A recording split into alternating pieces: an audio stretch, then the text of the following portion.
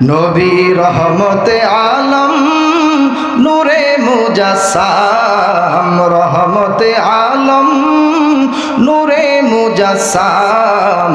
সাহাবীরা আতর বানায় ওই নবীজির ঘাম, বলো সাহাবীরা আতর বানায় ওই নবীজির ঘাম। নবী রহমতে আলম নূরে মুজাসসাম, রহমতে আলম নূরে মুজাসসাম। সাহাবীরা আতর বানায় ওই নবীজির ঘাম, সাহাবীরা আতর বানায় ওই নবীজির ঘাম। শোনো মানো জানো কেমন আমার নবীজি, যাহার পাগল চন্দ্র সূর্য তারকারাজি রে, যাহার পাগল চন্দ্র সূর্য তারকারাজি। বাবা আরো শুনবানি সুন্দর কাহিনী, আরো শুনবানি সুন্দর কাহিনী। জান্নাতের রুমে রুমে লেখা নবীর নাম, বলো জান্নাতের রুমে রুমে লেখা নবীর নাম। নূর নবী রহমাতুল লিল আলামিন ডাক দিয়া কয় মাগো মা,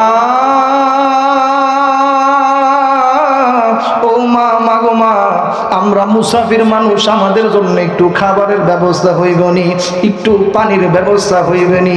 ওই উম্মে মা বাপ মহিলা ডাক দিয়া কয় ওগো ভাইজান, আপনাদেরকে তো আগে কখনো দেখি নাই, কিন্তু আজকে দুঃখের কথা কি বলবো, আমার স্বামী বকরি চড়ায়, আমার বাড়ির মধ্যে যতগুলা বকরি ছিল সবগুলা বকরি আমার স্বামী মাঠের মধ্যে নিয়ে গেছে, আমার স্বামী মাঠের মধ্যে বকরি নিয়ে গেছে, আপনাদেরকে দেওয়ার মতো কোনো খাবার আমার ঘরের মধ্যে নাই।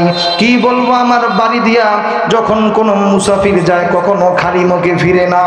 তখন আমার মায়ার নবী রহমাতুল লিল আলামিন দেখলেন দূরে একটা বকরি দেখা যায়। রাসূল আমার ডাক দিয়া কয় মাগো মা, ও মা, মাগো মা, তোমার বাড়ির মধ্যে একটা বকরি দেখা যায়, বকরিটা আমার সামনে নিয়ে আসো, আমি এর থেকে দুধ দহন কইরা খাই।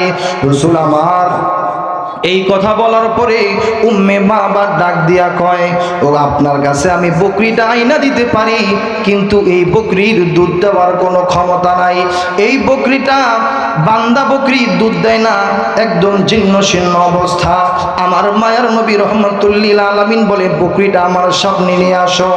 আমার নূর নবী রহমাতুল লিল আলামিনের সামনে ওই বকরিটা যখন নিয়ে যাওয়া হলো, আমার নবী রহমাতুল লিল আলামিন ওই বকরির উপরে যখন নুরানি হাত মুবারক দিয়া দিল, আমার নবীর হাতের মধ্যে এত বরকত, আমার নবী বকরির উপর হাত দিতে দেরি ওই বকরি সুস্থ হইয়া তার স্তনের মধ্যে দুধ আসতে দেরি হয় না।